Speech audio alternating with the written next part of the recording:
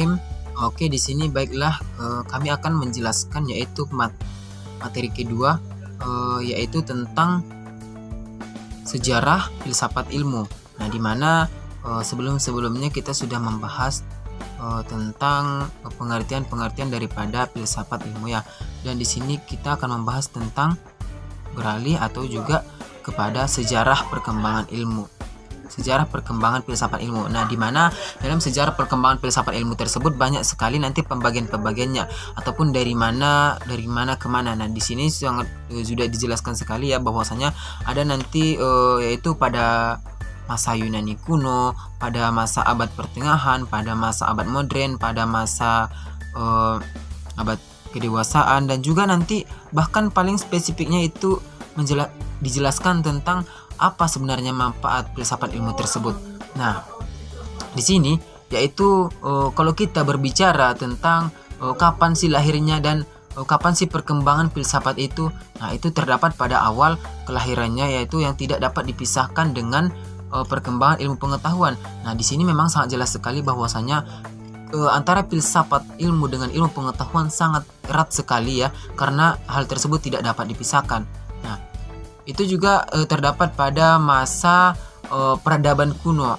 Nah, ataupun juga sering kita sebut sebagai masa Yunani pada tahun 2000 sebelum Masehi. Nah, ada juga yang disebutkan sebagai bangsa Babilonia, yaitu yang hidup di lembah Sungai Nil. Nah, yaitu bangsa Babilonia tersebut berarti terdapat di negara Mesir. Nah, dan Sungai Efrat telah mengenal yaitu alat pengukur berat. Nah, ada juga selain itu tabel bilangan berpangkat yaitu serta perkalian. Nah, sini juga mereka memunculkan metode yaitu dengan perkalian dengan 10 jari. Nah, dan ada juga sebagai dikatakan piramida yang merupakan salah satu keajaiban. Nah, berarti kalau sudah dikatakan sebagai keajaiban dunia, itu ternyata pembuatannya sudah menerapkan geometri dan matematika. Nah, baik juga menunjukkan cara berpikirnya yang sudah tinggi. Nah, selain itu mereka pun sudah mengetahui tentang benda-benda langit, nah seperti bintang, bulan, bahkan matahari. Nah, sehingga mereka dapat meramalkan gerhana bulan ataupun gerhana matahari, yaitu tentang ilmu yang mereka pakai. Nah, hal tersebutlah disebutkan sebagai ilmu astronomi. Namun bahkan tidak hanya di negara Mesir saja. Nah, bahkan di negara India dan Cina pun saat ini telah ditemukan yaitu cara pembuatan kertas dan kompas. Nah, bagaimana mereka itu dapat menunjukkan suatu arah. Nah, dan pada masa Yunani tersebut filsafat merupakan suatu periode yang sangat penting. Nah, dalam sejarah peradaban manusia. Nah, dan juga terdapat di dalam filsafat tersebut merupakan sebuah pola pikir manusia. Nah, dari mitosentris menjadi logosentris. Nah, di mana pola pikir tersebut adalah pola pikir masyarakat yang muncul mengenai mitos. Nah, di mana untuk menjelaskan alam seperti baik dia gempa bumi, pelangi, dan juga ketika filsafat diperkenalkan fenomena alam tersebut. Nah, yaitu tidak lagi dianggap sebagai aktivitas, tetapi aktivitas alam yang terjadi secara kausalitas. Nah, berarti di dalam pembahasan sejarah epistemologi di dalam pembahasan sejarah filsafat ilmu tersebut sudah banyak sekali dikaji tentang kapan munculnya pembuatan matematika, kapan munculnya sebuah perkalian, dari mana asalnya, dan siapa pembuatnya. Di sini sudah sangat dijelaskan sekali ketika kita ingin mengetahui sebuah sejarah dari filsafat ilmu tersebut. Nah, terima kasih, mungkin dari cukup sekian pembahasan dari saya yang akan disambung oleh saudari kita. Terima kasih. Assalamualaikum warahmatullahi wabarakatuh. Sebelumnya terima kasih kepada saudara Sanana dan juga kepada saudari Indi Mawadana. Di sini saya akan melanjutkan bahasan ataupun materi selanjutnya, yaitu tentang bagaimana sejarah perkembangannya ilmu. Nah, kemudian sebelum kita menyampaikan bagaimana bagaimana ilmu itu berkembang, bagaimana sejarahnya. Nah, ada baiknya kita kembangkan dulu. Di sini saya akan membahas tentang perkembangan ilmu pada zaman Islam. Nah, kemudian sebelum kita menguraikan itu, nah di sini kita mengapresiasi bahwa sebelum ilmu itu begitu berkembang pesat, bahwa Islam sudah sangat-sangat memberikan penghargaan yang begitu besar kepada ilmu. Nah, sebagaimana kita ketahui bahwa Nabi Muhammad SAW ketika diutus Allah sebagai Rasul, hidup di dalam masyarakat yang penuh dengan kejahiliaan, penuh dengan kebodohan, ataupun bisa dikatakan bahwa pada masa itu Islam sangat betul-betul sekali tidak memiliki adab, tidak memiliki moral, bukan tidak memiliki etika, bahkan sama sekali jahil ataupun bodoh. Nah, itu yang masyarakat Arab rasakan sebelum terjunnya ataupun sebelum datangnya Rasulullah SAW. Nah, kemudian di dalam masyarakat yang dimana berpaganisme yang tumbuh menjadi sebuah identitas yang melekat pada masyarakat itu, maka Islam datang membawa penerangan yang mengubah masyarakat yang awalnya arah jahiliyahnya, kemudian itu diubah menjadi orang yang lebih berilmu, orang yang lebih beradab. Kemudian penyampaian ilmu dan filsafat Yunani ke dunia Islam merupakan pengalian pengetahuan ilmiah dari filsafat Yunani ke dunia Islam, dan penyerapan serta pengintegritasian pengetahuan itu oleh umat Islam. Pengintegritasian pengetahuan itu merupakan sebuah catatan sejarah yang unik di dalam sejarah peradaban manusia. Nah, jarang sekali kita temukan bahwa suatu kebudayaan asing yang dapat diterima oleh sedemikian rupa oleh kebudayaan lain. Nah, yang kemudian menjadikannya landasan sebagai bagi perkembangan intelektual, pemahaman, dan juga filosofinya. Nah, kemudian di dalam perjalanan ilmu juga filsafat di dunia Islam, pada dasarnya terdapat upaya rekonsiliasi dalam arti mendekatkan dan mempertemukan dua pandangan yang berbeda. Bahkan seringkali ekstrim antara pandangan filsafat Yunani seperti filsafat Plato, Aristoteles, dan juga pandangan keagamaan dalam Islam yang seringkali menimbulkan benturan-benturan. Sebagai contohnya konkret disebutkan bahwa Plato dan Aristoteles telah memberikan pengaruh yang besar pada mazhab Islam, khususnya mazhab eklektisisme. Kemudian selanjutnya etika berbicara tentang proses penyampaian ilmu dan filsafat Yunani ke dunia Islam. Nah, kita harus juga melihat sisi lain yang juga menunjang keberhasilan Islam dalam menemukan dan mengembangkan ilmu pengetahuan. Menurut Sheikh Qadir, proses penerjemahan dan penafsiran buku Yunani di negeri-negeri Arab dimulai jauh sebelum lahirnya agama Islam atau penaklukan Timur dekat dengan Arab pada tahun 614 Masehi. Kemudian perkembangan ilmu pada masa Islam klasik, sebagaimana telah disinggung bahwa pentingnya ilmu pengetahuan sangat ditekankan oleh Islam sejak awal. Nah, mulai masa Nabi sampai dengan masa Khulafaur Rasyidin, yang sebagaimana kita tahu ada beberapa Khulafaur Rasyidin. Kemudian pertumbuhan dan perkembangan ilmu berjalan dengan pesat sekali seiring dengan tantangan zaman.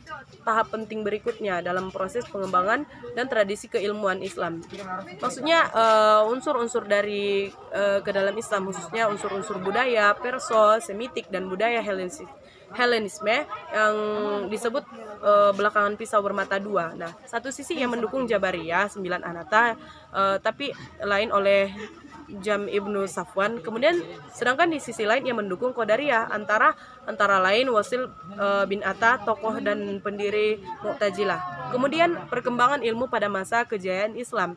Nah, pada masa kejayaan kekuasaan Islam, khususnya pada dinasti Umayyah dan dinasti Abbasiyah, ilmu berkembang sangat maju dan juga sangat pesat.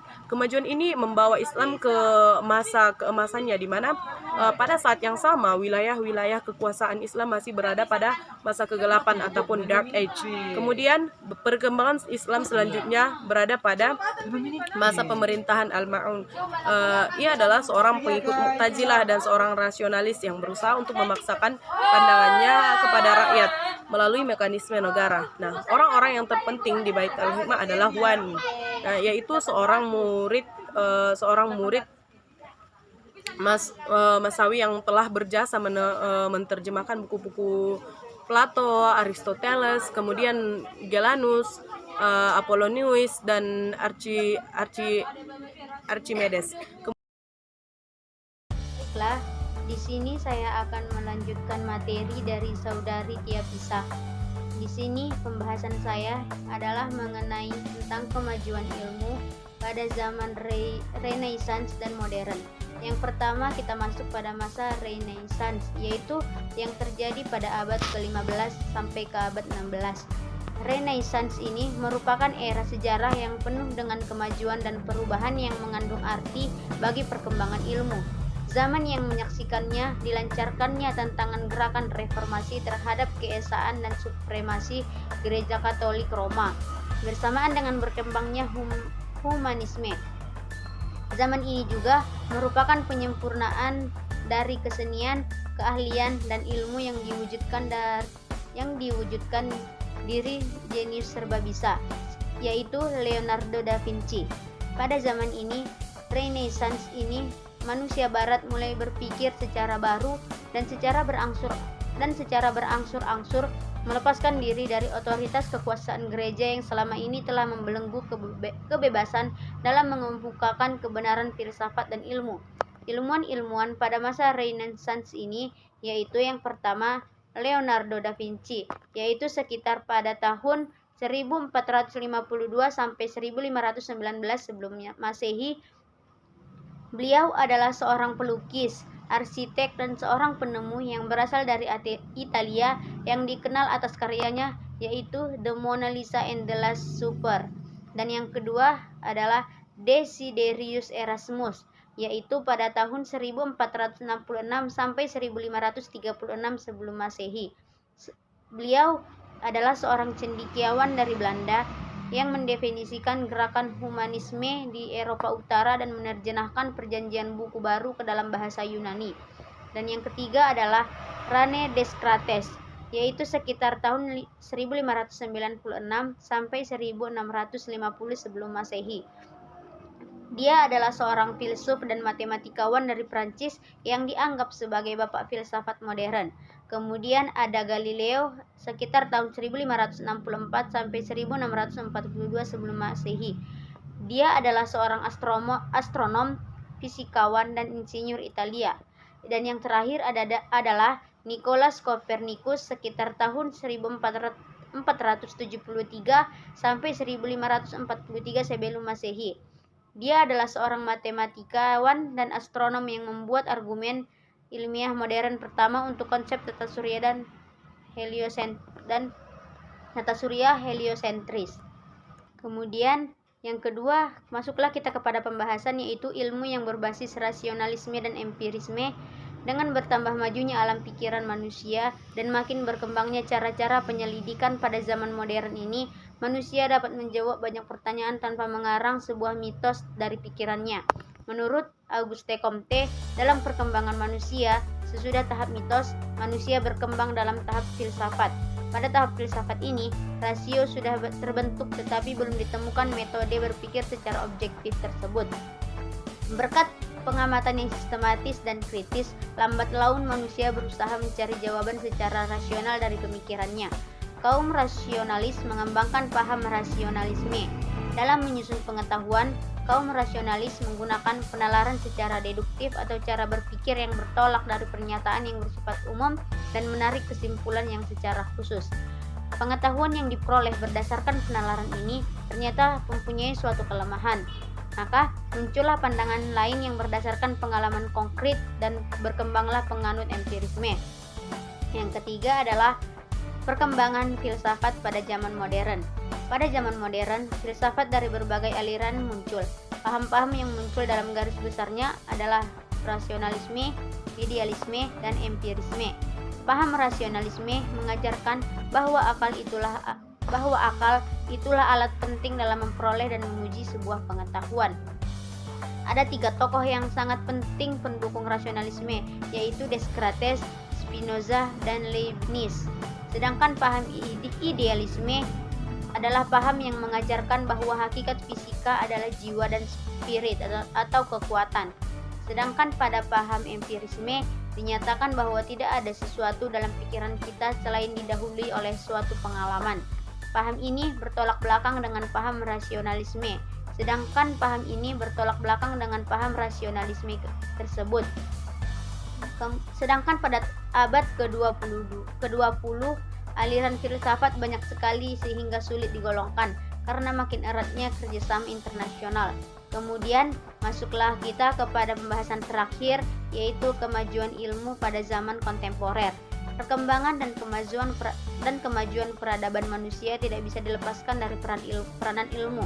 Bahkan perubahan pola hidup manusia dari waktu ke waktu sesungguhnya berjalan seiring dengan kemajuan dan perkembangan ilmu. Kemajuan ilmu dan teknologi dari masa ke masa, sejarah perkembangan ilmu zaman kontemporer tidak lain adalah mengamati pemanfaatan dan pengembangan lebih lanjut dan rentetan sejarah ilmu yang sebelumnya.